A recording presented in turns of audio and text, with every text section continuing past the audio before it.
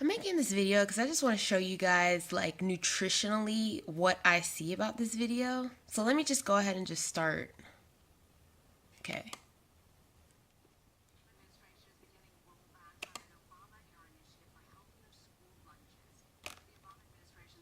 Accompanied by Michelle Obama's Let's Move campaign, pushed for lower calorie meals. And one consequence was fewer sales of milk between 2011 and 2015. And now the Trump administration wants to bring the dairy industry back to the table. That could mean more fat, sugar, and salt in children's diets. Bloomberg took a look at the new rules in a story that's called Big Dairy is about to flood America's school lunches with milk. Joining me now from Chicago, co-author of that article, Lydia. Okay, so let me pause this a minute. So are they pretty much trying to say that dairy is bad, that it's bad, that kids shouldn't have milk in school? Like, okay, so what is all the hate against dairy? I don't understand. Mulvaney, she's a food and agriculture reporter at Bloomberg. So, Lydia, before we get to the changes that have been implemented by the Trump administration, remind us again, what did President Obama's administration do, and how did they change school lunches, and how was it received? Yeah, so First Lady Michelle Obama's signature initiative was to make school lunches healthier, and with that came, rules to make for there to be less sodium in food, more whole grains. Kids had to take a vegetable. Okay, more grains. You hear that? More grains. So grains instead of food. Like, why grains? Because they want to fill you up on grains because the grains are cheaper than real food, which is meat and dairy, real food. And or fruit, and also chocolate milk was to be fat-free. So those were the. Okay, so fat-free milk. So let's talk about fat-free milk. So first of all, fat-free milk isn't even natural. Like, for all the years, let's look at our ancestors. They drank milk straight from the cow, raw milk. Low-fat milk should never have even been designed. Like, there's nothing in nature that is low-fat. It's just not normal. Those were the main rules, and schools had to really overhaul what they were doing to meet a lot of them. So, Lydia, what did now the Secretary of Agriculture, Sonny Perdue, do to ease those Obama-era restrictions, and what does it mean for the dairy industry? Yeah, so one of the first things that happened when the Trump administration moved in and took over was that they relaxed these Obama-era rules. And so very early on in the Trump administration, the Agriculture Secretary, Perdue, announced a relaxation of the rules, and basically, saying that there could be, more enriched grains, so less whole grains. Chocolate milk could have some fat in it, and also sodium targets would be, wouldn't be as extreme. And that's really helpful for the dairy industry. Obviously, the chocolate milk part of it is, directly tied to the dairy industry. Like, they say that children don't drink as much milk if it's not flavored, and they really like that extra fat. They like the taste of it. The dairy. Yeah, they like the extra fat. They like the taste of it because it's normal and it's what you're meant to be eating. The industry had complained that they had lost a lot of milk drinkers that way. And also the sodium targets are really helpful for, like, cheese has a lot of sodium in it. Yeah, no, it certainly does. But, Americans are, it's proven, drinking less milk than ever before. In 2000. Okay, yeah, Americans are drinking the least amount of milk than ever before, and that is due to the fact that plant-based nut milks are being pushed instead of real milk, which is real food. So let's talk about almond milk for a second. Let's talk about these plant-based milks. So first of all, to produce one almond, you need 1.1 gallons of water to produce one almond. So to make 1 gallon of almond milk, you need 2 pounds of almonds as well as 920 gallons of water. So they wonder why California is in a drought, partly due to the fact that all of our milks are being basically replaced with nut milk. So it's just like, are you serious, So, and then we have to also look at these plant-based milks and realize that, I don't know if people have noticed with these plant-based milks, I'm sure a lot of vegans do notice that they end up having a rotten smell after a few days. If you notice that, that's because they're most likely the filtered water they're using. That's most likely recycled wastewater.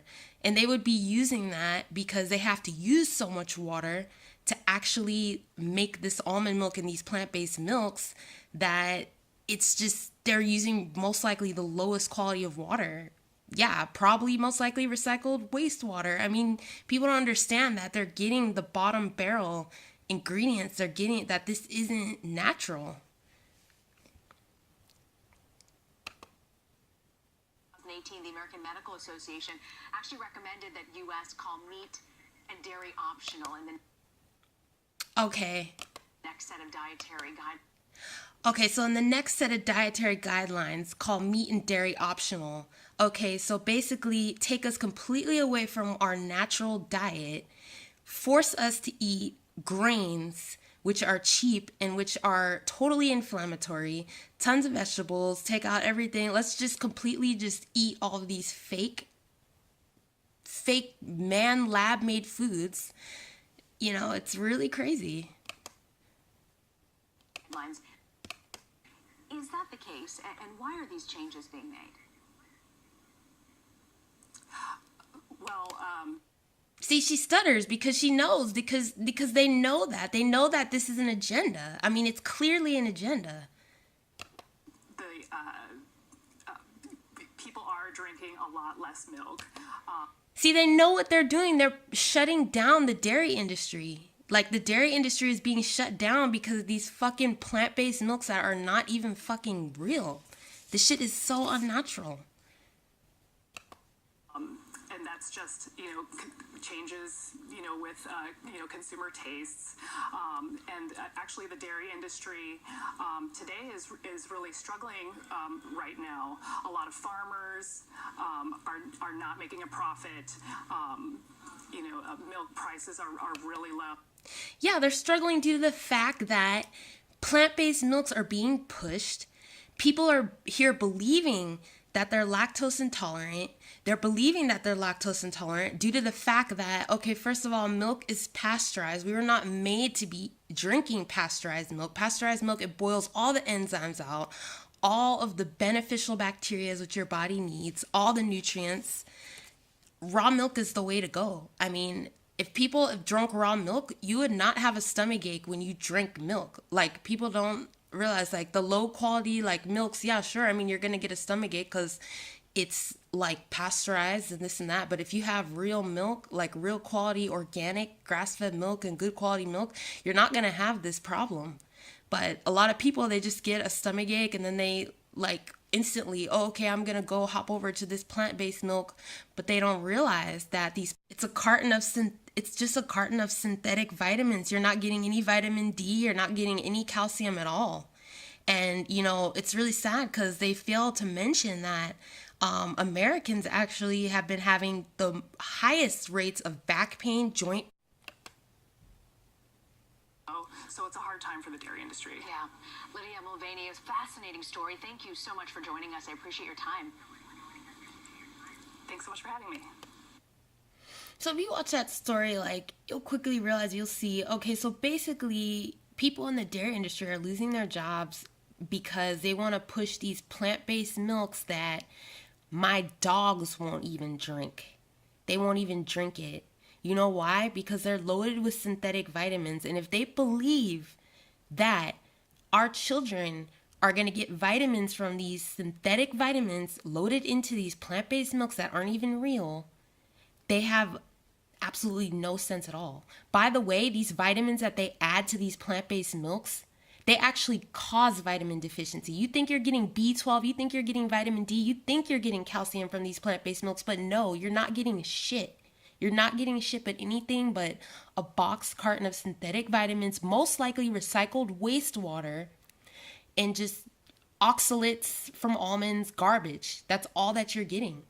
And this is what they're doing, is the dairy industry is being shut out for this garbage. And it's really sad. It's really, really sad. So it's like, I really hope that people wake up to this and see. If you look at the ingredients, I've already made a video about these milks, about the ingredients within them. They have gellan gums, carrageenan, and all this kind of stuff. And they think that that is a healthier option than a glass of whole milk, which people have been drinking for what? The past thousands of years without a problem. And then all of a sudden, they want to push these plant-based milks. If you notice it, you look at the magazine ads, all the magazine ads have been replaced with these plant-based milks. You don't see any more Got Milk commercials with like Shaq, for instance, or whoever athletes with, milk mustaches, with the Got Milk. Like pretty much you see they're getting healthy, strong bones and all this. But instead, we have a generation now which is choosing these plant-based milks over regular milk. And then we're seeing shorter and shorter generations. We're seeing rickets. We're seeing bone weakness, weak bone density, weak teeth, weak hair. Like your hair does not grow as well. Like this is all what is going on. Infertility, all kinds of different issues. So it's like we don't know the real effects of what these plant-based milks are going to be down the line.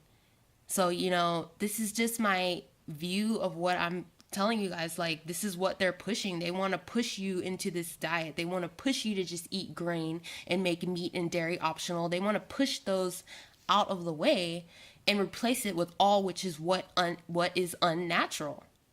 Okay, so that's just my point on this video.